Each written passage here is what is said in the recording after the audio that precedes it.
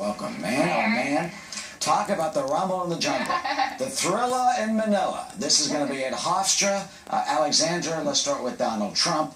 What first does he have to do?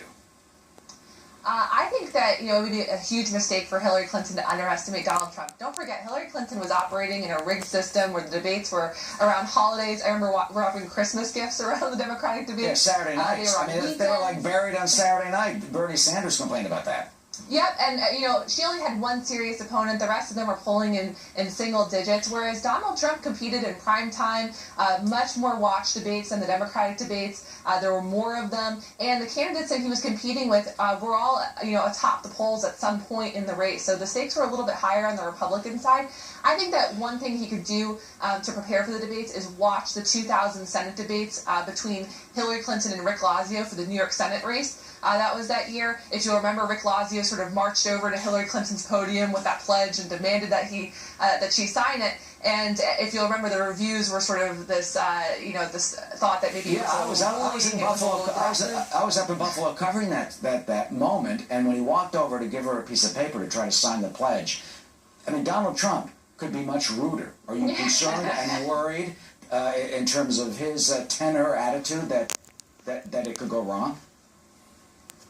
I think that he should be himself. I think that what the American people are looking for is that they're looking for something that's unscripted. They're looking for an alternative from Washington. They're tired of the old sort of talking points, tested poll, or focus group tested message that comes from politicians. So I think that these are going to be some of the most watched debates in our history. Sure. Jessica, let me get to Jessica. She's got to get a chance in here. Well, this is what it's going to be like. It's going to be like bam, bam, bam, bam, bam, Jessica. Yeah, I think it will be. I think Donald Trump definitely needs to watch himself and not come off as rude, and certainly as rude as he was in the debates, the GOP debates. I don't think that calling her Crooked Hillary to her face is going to be effective at this point, because I think that she can stand there. First of all, she's shown herself to be very resilient in the face of these kinds of attacks, and to just kind of say, all right, let him run his mouth.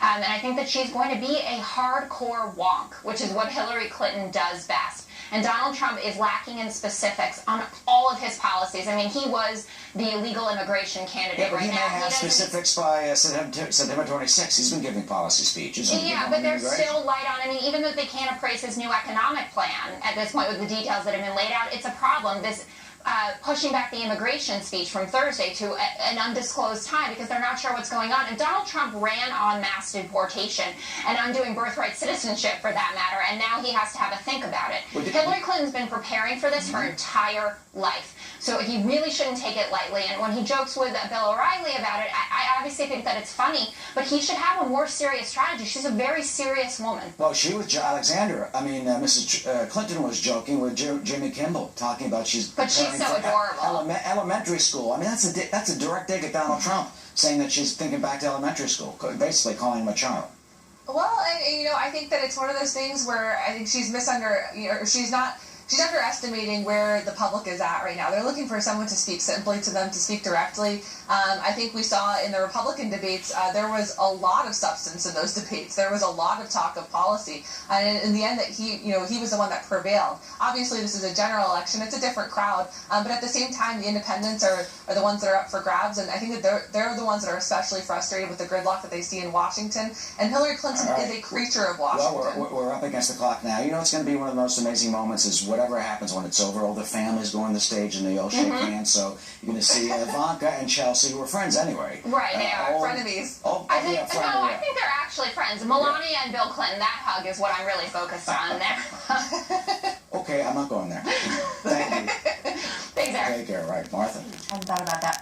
All right, let's go to Jenna Lee and find out what's coming up on Happening Now this morning. Hi, Jenna. I haven't thought about that either, but now we all are. Aren't we?